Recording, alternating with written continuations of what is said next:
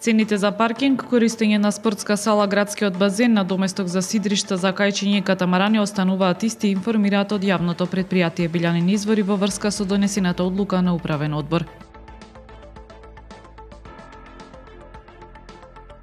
Граѓанската наука, нов пристап за истражување во Националниот парк Галичица со вклучување на јавноста. Дебарца меѓу општините кои добија решенија за изградба на пристапни патишта до земјоделско земјиште. Инфосесија со дигитална трансформација до иновации ќе се одржи во четврток во Косарна хаб.